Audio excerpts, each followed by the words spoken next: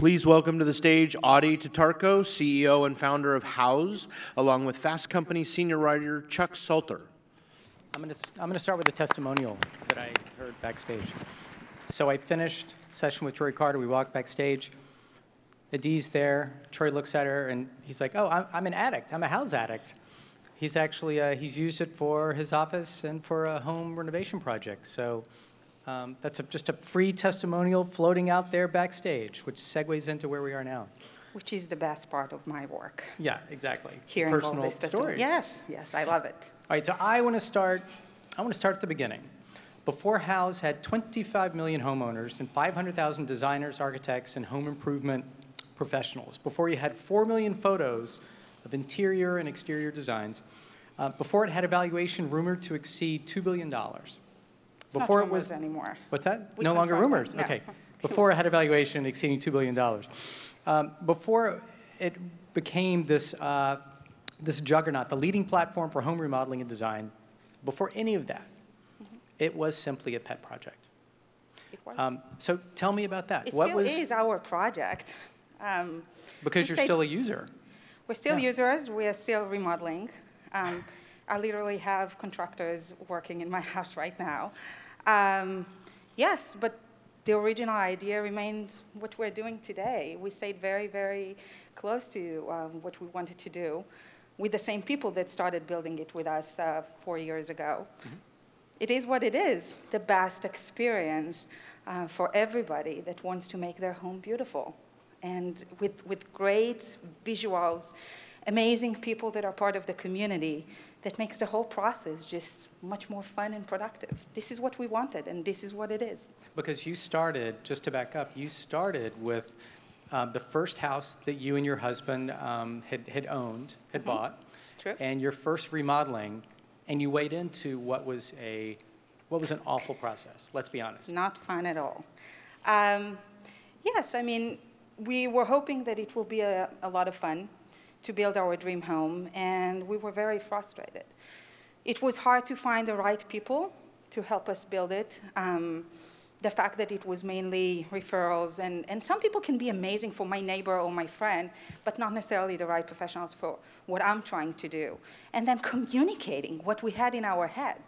I mean, we're not designers, we're not architects, we're not contractors, but we definitely have strong ideas in terms of how do we want to modernize our house and what do we want it to look like. But then how do you explain them to you? And they said, do you want copper ceiling? Do you want nano walls? And I said, what? Nano what? Walls. Nano right, what? Exactly. So we didn't know a lot about the industry. We didn't have the right tools. And we really tried. We bought lots of books and magazines just to discover that in each one of them there is one picture that one of us liked. So it wasn't efficient. We spent a lot of time, energy, and money to get plans that we didn't like. And we started all over again. And we learned a lot. And the major thing that we learned was we really wanted to work. We really want to build our dream home. But we need the right technology, the right transparency to talk to as many professionals as possible, to see as many ideas as possible, and to collaborate in a very different way. So we built it.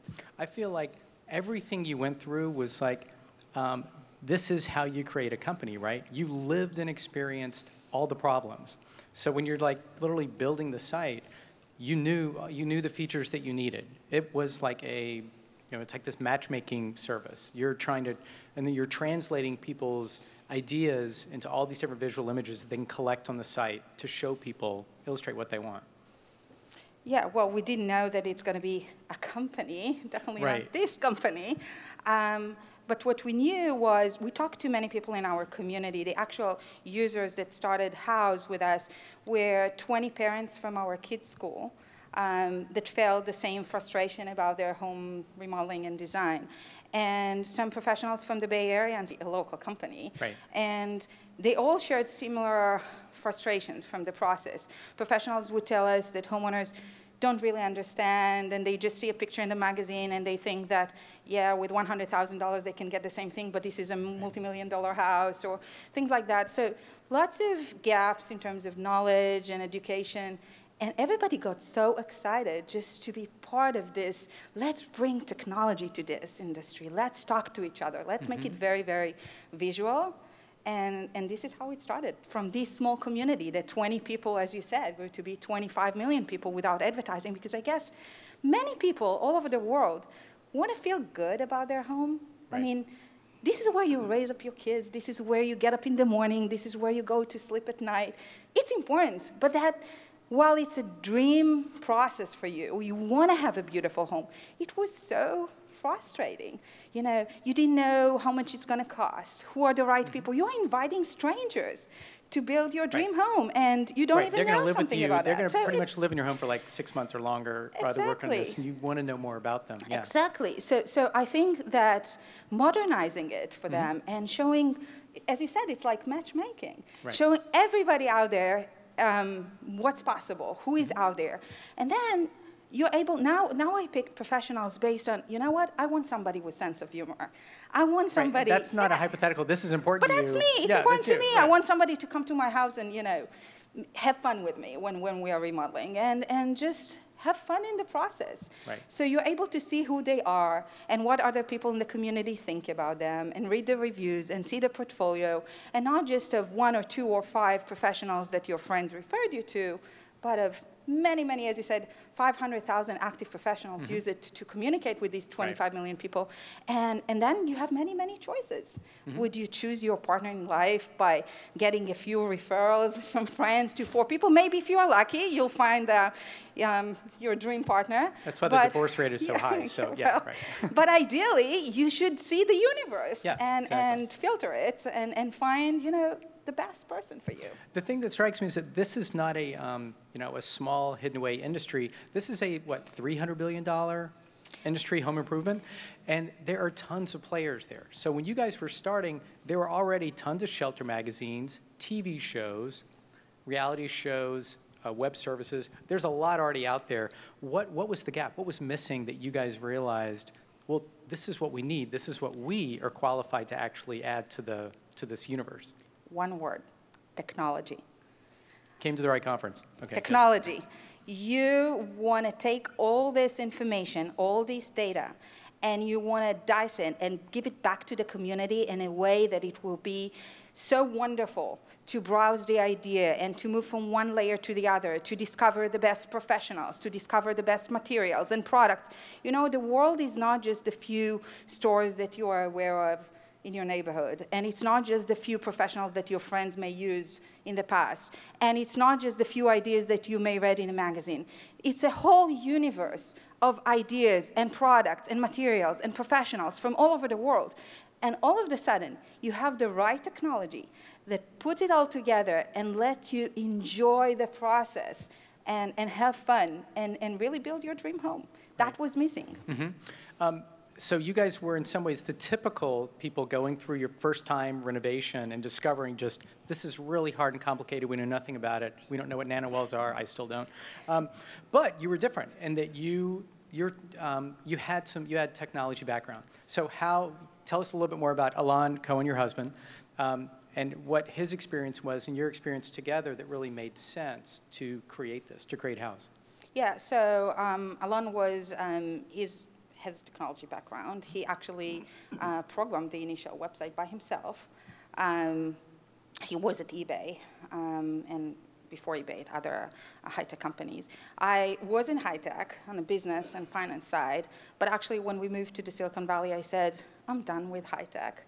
I don't want to work 16 hours a day. I want to have a family. So I shifted to investment and financial planning, and this is what I did when Houzz happened. Guess what? Since then, I went back big time to high-tech because of Houzz, plus 3 kids, and it is crazy, but I love it. So I was going to say, so much for that plan. You've totally reversed because this opportunity has exploded. You know, I think it's all about how do you spend your days and how do you do something that you truly believe at and you truly love. And I love it. And this is the only explanation. I love it. Alan and I love the people that we work with, which is one of the most important things. If you have to spend 16 hours a day with people, you better do it with people you really like and admire. And we have the best coworker on earth, really. I'm not just saying it. And we stayed very, very close to the original idea and the DNA of the company that we wanted to build and the culture. And this is what it's all about. So yes, and we do have the complementary skill sets. So you Well, that's what mentioned I was wondering about. Yeah, you know, a lot of married couples don't have the right sensibilities to do this together, to work together, or really the skills. I mean, and you guys, obviously it's working. Tell me a little bit more about what makes it work. Well, it's not for everyone, for sure. I'm sure that some married couple that we're meeting are saying, you're insane doing it together. But I actually think that if you do have complementary skill set and you get along very well, which I think we do, it makes a lot of sense because there are no trust issues like between other founders sometimes, no conflict of interest. We are at the same stage in life. We want the same thing. We're used to building things together, to tell you the truth, raising 3 kids and renovating a house. It's much crazier than running the company. And we just like working with each other and building things together. So it made sense for us. Right. All right, so let's talk a little bit about how the site evolved organically. Initially, it's providing more information to homeowners about some of the professionals so they can decide who's a better match. How did you start to hear from the users to realize what you needed to add to the site? We talk to our community and we get their feedback all the time. I mean, this is a platform that was built from early days for the community. And when I say community, I mean all players in the community. We made sure from early days we wanted everybody to participate in that. Because if you are trying to bring this industry and create this universe, in the 21st century, you want everybody to be part of it. And everybody means homeowners. No matter what is your style or budget, we wanted everybody to be able to find the ideas and the professionals and the products and everything they need to make their dream home. And then we talk to them. We talk to the professionals and all the service providers. We talk to the brands of the industry. We wanted them to be part of it too. And we constantly get feedback from them in terms of, okay, that's great, what's next? Or this is not great, let's do it this way. So listening to your community is very, very important. So what problems were the professionals, designers having that the site could solve? Well, first of all, I think that they were very, very grateful and happy that all of a sudden the homeowners are much more educated because that makes the whole communication process so much better for them. When they're trying to explain or come up with ideas, they're using the platform to communicate with their clients, to exchange ideas, to explore materials. So having educated clients is a huge plus. Then getting the right clients. Even the professionals, they are so happy that they can get the people who can appreciate who they are, whether they have a sense of humor or not, but also their portfolio and their reviews and everything. People explore these professionals in a very different way. And the professionals were very happy because that opened up a whole new opportunity for them. I just came back from Sydney a few weeks ago. We launched our platform in Sydney, Australia. And we had a little party for the professionals that are using Houzz already. At the day of the launch, we already had 700,000 professionals. 700,000 homeowners and 10,000 professionals. Before you guys Before we officially launched it in Sydney, Australia. So we invited a few of our professionals in Sydney to a little party. And then there was one of the great professionals that I met over there. There were many great stories, but this one came all the way from Melbourne. And he said, I wanted to be in this party because I wanted to say thank you. Houzz literally changed my life. And I said, how's that? And so this is a married couple, another married couple that is running an architecture firm together. And he was a little bit sick. He was out of the hospital. Things didn't go that well, to say the least, with the practice. And one day he just discovered, a few years ago, he discovered a platform, of course, a US platform mainly. But he thought, oh, that's really cool. Too bad it's an American company. But you know what? I'll create a profile. I'll put a project or two. So he did. And a few weeks after, a couple that were using the platform in Australia contacted him and said, we just bought a church, and we would like to convert this church and make a beautiful home. The church. I thought this might be about the church. We have images. Yeah, hang on. So you can kind of talk us through as we're... Maybe. So while you're looking for, right. oh, here's the church. Oh, there it is. So that's from the inside. Okay. I don't know if you can see it from the outside as well, but this is really an amazing project that one of the, oh, that's your next one, Yeah, not me. I'm going to go back one. Hang on. Yes. There we go. So as you can see, it was an amazing project. And like a full cycle, when they ended up the project, they uploaded the pictures to Houzz. Of course, our editorial team really loved the project, so they contacted him and said, hey, we'd love to get an interview and learn more about the project. He said, sure. And then we featured it and sent it to millions of Houzz readers. And when you say featured it, this is another part of the site where, like a magazine, you're doing feature stories on some projects like this.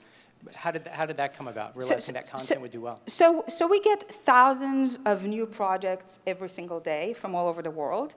And we want to make sure that we are staying on top of what's really amazing and what's really cool and what's happening, and we just give it back to our community. So when our editorial team would see great projects or great things, they would go out there and talk with as many professionals as possible, or in this case, it was with this couple, and try to learn more about this project. I mean, church conversions, you don't see many of them, but that's truly inspiring. And when you say projects, like this is are they doing before and after shots, or are they just doing all the after shots? What do people tend to put up? It varies. Some would get the before shots, some would get the after. But on Houzz, we have over 4 from these projects. You actually, because the people that plan these spaces are behind this project, you can ask lots of questions, learn about the products and materials and how they did it, how they thought about it. So this is very, very powerful for users. So definitely, we learned a lot about this church conversion. We featured it. And guess what happened to this professional afterwards?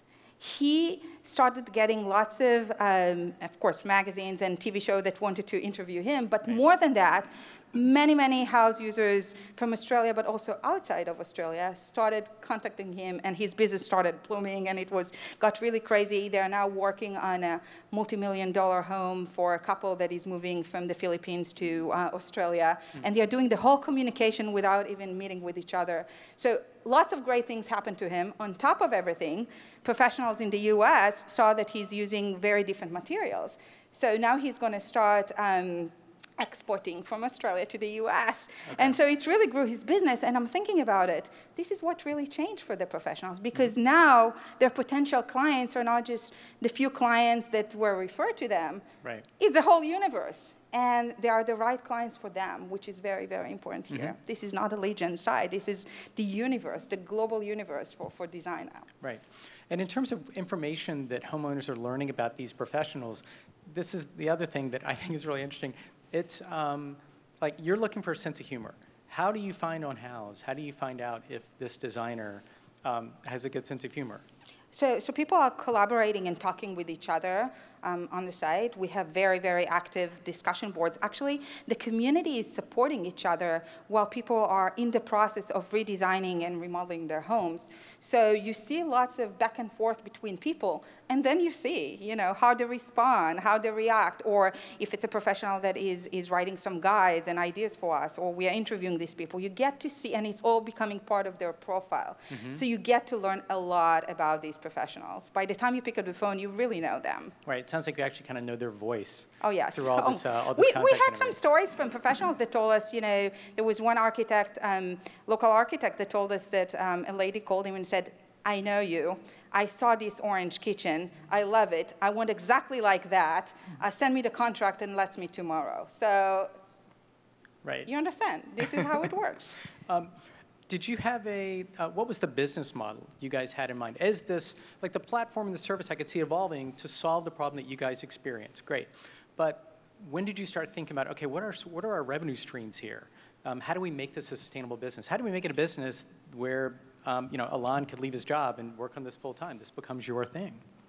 Yeah, so first of all, when we turned this into a company, we both left our jobs and started doing it full time. And the first 2 people that started working with us started working from our house, but sitting on our kids' bin bags. But a few weeks after, we moved into the first office. And with that, the first round, moving out of the house and getting more people to help us, we started thinking, okay, when and what and how, because you want to build a real company, sustainable company, and you have to think about these things. At the same time, we said, not now. So while we are thinking You about said not it, now to not what? now, let's not monetize now. We were actually very, very persistent with, you should not monetize before it's the right time. There are two things there. First of all, the focus should be building the product, building something that people would really love using. They need it, they want it, and you can't, focus on anything else while you're doing that. So that was one thing. The other thing is, once you start monetizing, not just that the focus goes towards other things as well, I want to deliver. I want to make sure that if somebody is paying me money for something, doesn't matter what it is, I can deliver big time. And in order to get to this point, you need to build your audience. You need to build your brand. You need to give people what they really want until they actually want to come to you and say, I want to pay you for this. I want you to build more for me, and I'm willing to pay a lot for this. Right. And so we said, OK, we are thinking about the business. We know that it's going to come, but that will follow our #1 priority. Build an amazing product that people love, period. And we did exactly that. We didn't monetize for a long time until it was the right time. And I understand that like IKEA and other brands were coming to you. And so again, this is kind of how it all evolves organically. They have a need, they're coming to you, you got to develop that, that becomes a revenue stream. Tell me about how that came about. Yeah, so we do have 3 revenue channels, and it's very interesting to see because each one of them we actually launched when we started having strong demand from different parts of the community to do something on that front. The brand advertising piece on Houzz is very contextual. It's actually only endemic. You will not find pet food or cars or other things. Not that I have something against them. It's just not what people come to Houzz for. So when the big brands started coming to us and said, we love you guys, we just want to be part of this platform, we started thinking, OK, how do we integrate the big brands and make them real players on our platform? And that was the kickoff of our first revenue channel that became very, very successful because of that, because we handpicked the right brands that are very, very relevant, and the user loved it. And of course, the brand loved it too, because it's very, very relevant. So that was the first thing. The second thing was a year after, we started getting lots of requests from our professionals that told us, this is amazing. We are getting clients from all over the world, which is wonderful and very, very different from what we were used to. But how can you help us localize it even more, making sure that we are building our brands locally? Because the original platform, and it still is till today, is national. And so you get exposure to different homeowners from all over the world, but not localized. Right. So we said, OK, this is interesting. And we started working with our community, professional community, to build the right product for them. And that became a huge marketplace later on, where professionals can subscribe to this freemium model and build their brands locally. And this is a huge revenue channel for us. And then came the third one, which just happened, right? Just happened. Yeah. We launched the beta of our product marketplace. And that happened when we started getting phone calls from our users to the office saying, where is the add to cart? Can you ship this window to me? Can you ship this bathtub? I want this backsplash.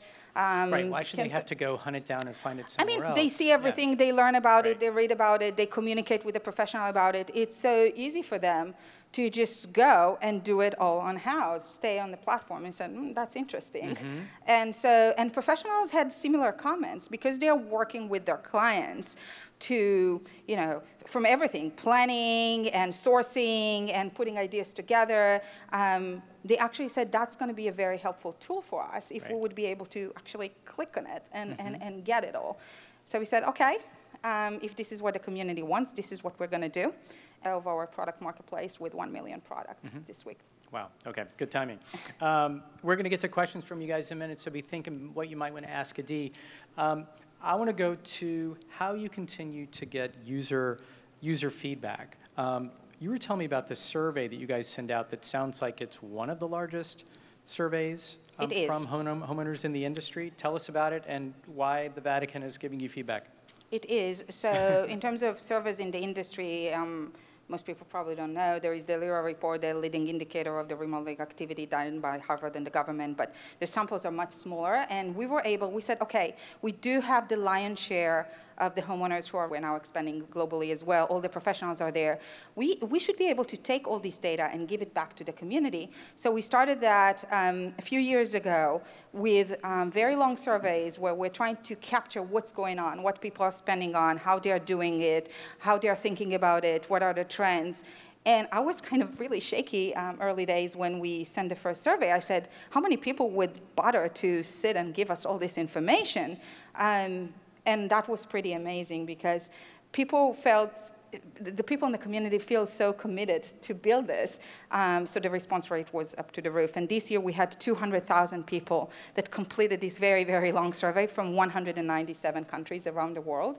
Yeah, that's incredible, the data that you're getting from that, to then shape the site and to share that with professionals and homeowners. Yeah, that's really powerful. And this is what it's all about. As a technology company, you collect all this data, but then what do you do with it? And I'll tell you what we do with it. We give it back to the community. Because this is what it's all about. We want to collaborate with all these people to create a better experience for everybody. Right. I want to throw it out to you guys for some questions you have for Adi. Do I see any questions for me? Yes, one over here on the left, we have a mic roaming around the room. I just want to say congratulations on the fundraise. Thank you. On the round that was just announced, 165. And for those of us that are entrepreneurs in the audience who are looking to do fundraising, can you speak to that and how that evolved for you as you were building the business? Sure. So I think we chatted a little bit, the bootstrapping part, which we didn't really understand that what we're doing is bootstrapping. For us, it was our own pet project in our own community. But in retrospect, I think it's actually not a bad idea, if possible. Not for every company it's relevant, not always people can do it. But many times I see people spending the first 6 months to 12 months of their company lives chasing investors and trying to convince the investor that they have a good idea, that they can actually execute, and they're the right people to do it. And it's not easy to do. And I'm saying, what if instead of spending the first 6 months or 12 months convincing people that you can do it, you would actually spend the time building it, getting it out there, getting people to use it, and then you don't have to prove that this is a good idea if it's working, and you don't have to prove that you can execute it because you just did. And I think this is what really started a great journey for us talking to investors, because we never had to go and pitch it to anyone and do the Sand Hill Road pitches and all that, because the first round was done after we already had a great community and some success and people that are using it, both professionals and homeowners and so on. And it just became easier and easier over time because the focus was building the product and growing the community and building the brand. Other investors just wanted to meet with us. And I think that's a great situation to be at, because not just that you don't have to go through that misery of convincing people, you can actually do exactly the opposite. You can pick the best investors out there to be on your side and help you. And I think we were very fortunate on that front. That was, from that moment until now, this is the way we work with investors, and we are very blessed. I think having great investors on board is so important, and it's so different from what we are hearing from other founders than having kind of mediocre or not great investors. It makes a huge difference. Yeah, you're saying culturally, it really changes the vibe. Oh, absolutely, absolutely. And again, it's the investors, it's also the people in the company. It's what you create early days. The investors that you bring on board early days are very important. The people that you bring to the company early days and become your coworker is very important. The culture that you build is very important. And if you do it right, you're going to enjoy it. If you don't, or if you don't build it to the point that you can control it, you're going to face things that you don't want to deal with. It's hard enough to run a company and keep growing and keep the innovation going and remain the leader and make sure that you keep making many, many people happy. So you better have the best investors to support you. So my advice is, if you can, bring yourself to the point that you build something important. And you know what? It's also for you. Because you get to know that, okay, it's not just my idea. It's actually many other people that like it. And you prove to yourself that you can do it. Do we have one more question over here? Yeah.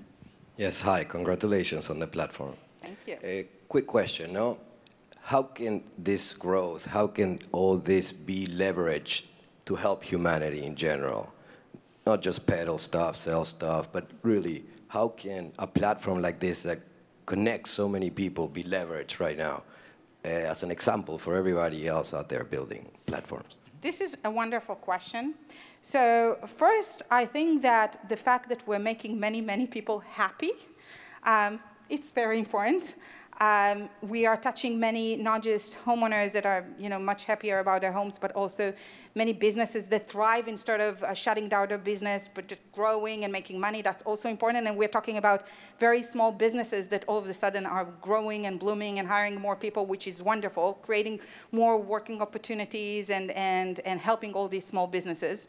On top of it, we are partnering with different philanthropic organizations to help people get nice homes or a home in general, Habitat for Humanity and other organizations to make sure that Houzz can impact the ones who need all over the world.